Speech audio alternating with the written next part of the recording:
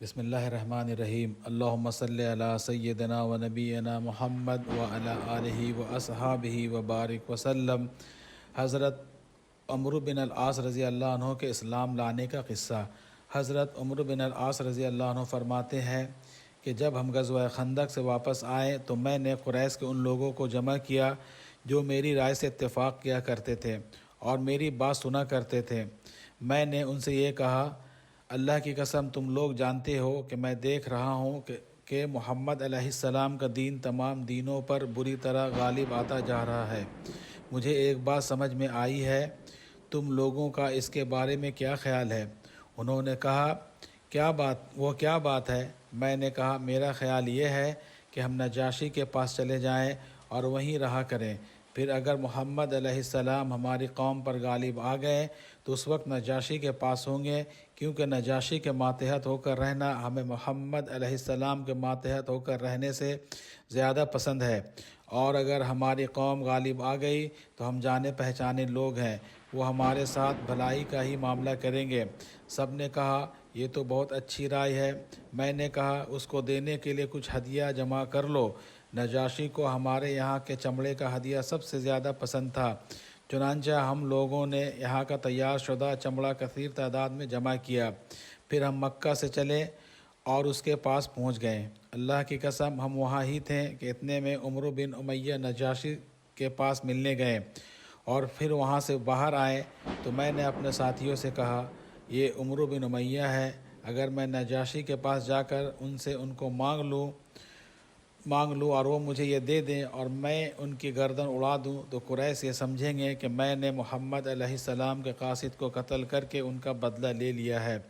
چنانچہ میں نے نجاشی کے دربار میں جا کر نجاشی کو سجدہ کیا جیسے میں پہلے کیا کرتا تھا۔ اس نے کہا، خوش آمدید ہو میرے دوست، اپنے علاقے سے میرے لیے کچھ ہدیہ لائے ہو؟ میں نے کہا، اے بادشاہ، میں آپ کے لیے ہدیہ میں بہت سے چمڑے لایا ہوں۔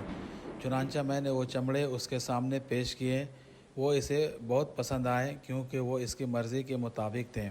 پھر میں نے اس سے کہا، اے بادشاہ، میں نے ایک آدمی کو آپ کے پاس سے نکلتے ہوئے دیکھا ہے، وہ ہمارے دشمن کا قاصد ہے، آپ اسے میرے حوالے کر دیں تاکہ میں اسے قتل کر دوں، کیونکہ اس نے ہمارے سرداروں اور معزز لوگوں کو قتل کیا ہے۔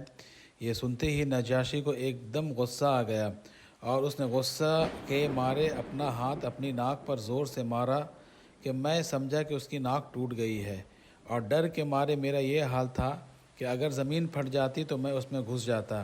پھر میں نے کہا، اے بادشاہ، اللہ کی قسم اگر مجھے اندازہ ہوتا کہ یہ بات آپ کو ناگوار گزرے گی تو میں آپ سے اسے بالکل نہ مانگتا۔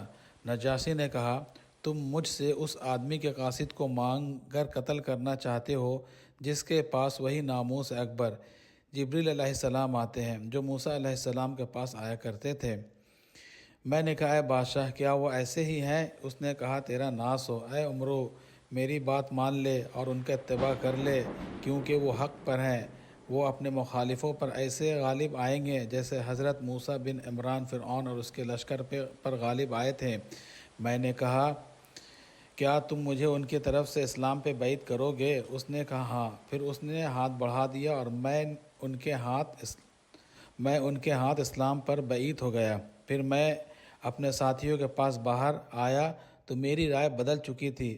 اپنے ساتھیوں سے میں نے اپنا اسلام چھپائے رکھا، پھر حضور صلی اللہ علیہ وسلم کی خدمت میں حاضر ہو کر اسلام لانے کے ارادے سے میں وہاں سے چل پڑا۔ راستے میں مجھے حضرت خالد بن ولید رضی اللہ عنہ ملے، وہ مکہ سے آ رہے تھے اور یہ واقعہ فتح مکہ سے کچھ پہلے کا ہے۔ میں نے کہا، اے ابو سلیمان، کہاں جا رہے ہو؟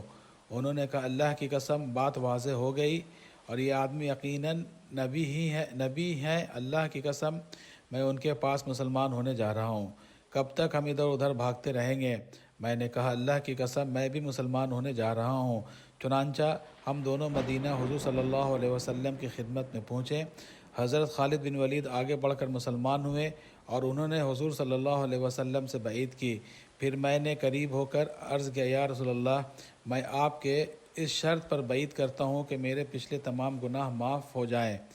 آئندہ کے گناہوں کے متعلق مجھے خیال نہیں آیا۔ آپ نے فرمایا اے عمرو بعید ہو جاؤ، کیونکہ اسلام اپنے سے پہلے کے تمام گناہوں کو مٹا دیتا ہے اور ہجرت بھی اپنے سے پہلے کے تمام گناہوں کو مٹا دیتی ہے۔ فرماتے ہیں کہ میں حضور صلی اللہ علیہ وسلم سے بعید ہو گیا، پھر واپس آ گیا۔